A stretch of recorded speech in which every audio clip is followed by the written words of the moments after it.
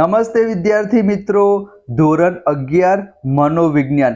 હવે તમારી એકમ કસોટી શરૂ થશે 25 તારીખે. તો મનોવિજ્ઞાનના પેપરના મોસ્ટ ઇમ્પોર્ટન્ટ પ્રશ્ન આજે હું તમારી સાથે શેર કરવાનો છું. તમે સ્ક્રીનશોટ લઈ લેજો વિદ્યાર્થી મિત્રો, તમારા ખૂબ જ સરસ માર્ક્સ આવશે અને બીજા બધા વિષયના પણ વિડીયો આજે અપલોડ થઈ જશે. તો ફટાફટ વિદ્યાર્થી મિત્રો વિડીયોને લાઈક કરીને ચેનલને સબસ્ક્રાઇબ કરી દો. તમે સાથે સાથે સ્ક્રીનશોટ લેતા જજો. અહીંયા તમે જોઈ શકો છો વિદ્યાર્થી મિત્રો, વિભાગ એ એમાં વિકલ્પો પૂછાશે. સાયકોલોજી શબ્દ કઈ ભાષામાંથી ઉતરી આવ્યો છે? તો જવાબ શું આવશે? ગ્રીક આવશે. મનોવિજ્ઞાન માનવીના વર્તનનો અભ્યાસ તેના સંદર્ભમાં કરે છે. વાતાવરણ આવશે, બરાબર. એના પછી તમે જોઈ શકો છો મનોવિજ્ઞાન નું અભ્યાસ વસ્તુ ખાલી જગ્યા છે વર્તન.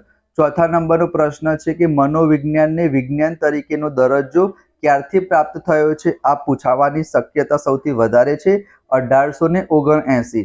એના પછી છે મનોવિજ્ઞાન અને પ્રયોગાત્મક સ્વરૂપ આપવાનો યશ કોને ફાળે જાય છે? તો વિલ્હેમ વુન્ટ આવશે. તમે સ્ક્રીનશોટ લેતા રહેજો. એના સિવાય એકાઉન્ટ છે, સ્ટેટ છે, ઇકો છે, બીએ છે, એ બધાના જ તમને વિડીયો સોલ્યુશન પર મળશે. તો પ્રથમ વખત આવ્યા હોય તો હમણાં જ ચેનલને સબસ્ક્રાઇબ કરી દેજો. વિભાગ બી, વિભાગ સી અને વિભાગ ડી 2 માર્ક્સના 3 માર્ક્સના કયા પ્રશ્નો પૂછાશે એ પણ હું તમને જણાવવાનો છું.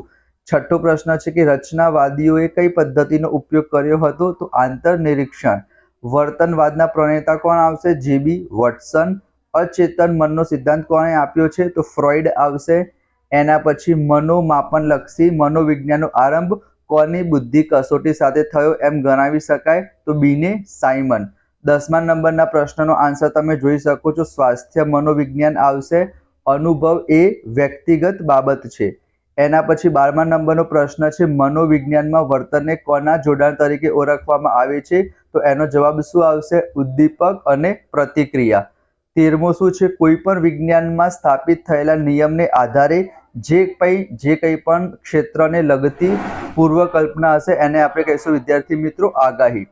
એના પછી તમે વિભાગ બી ના સ્ક્રીનશોટ લઈ લેજો વિદ્યાર્થી મિત્રો. તમારા એકમ કસોટીમાં આ જ પ્રશ્નો આવશે.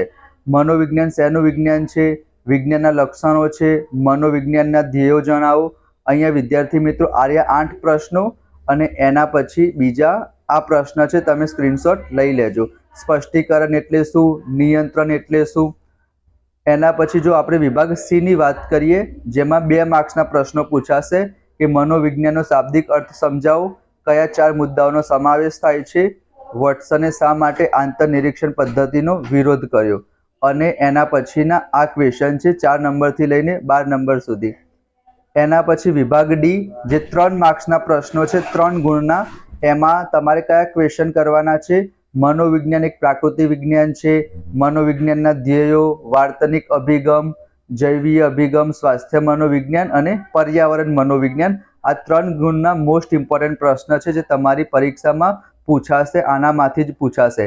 અને જો આપણે વિભાગ ઈ ની વાત કરીએ તો અહીંયા તમે જોઈ શકો છો મનોવિજ્ઞાનની વ્યાખ્યા આપી, વિસ્તૃત સમજૂતી છે, એનું સ્વરૂપ સમજાવો. તમારી સ્કૂલમાં આનામાંથી જ પૂછાશે વિદ્યાર્થી મિત્રો. તો આ બધા જ ક્વેશ્ચન સરસ રીતના તમે યાદ કરી લેજો, બરાબર.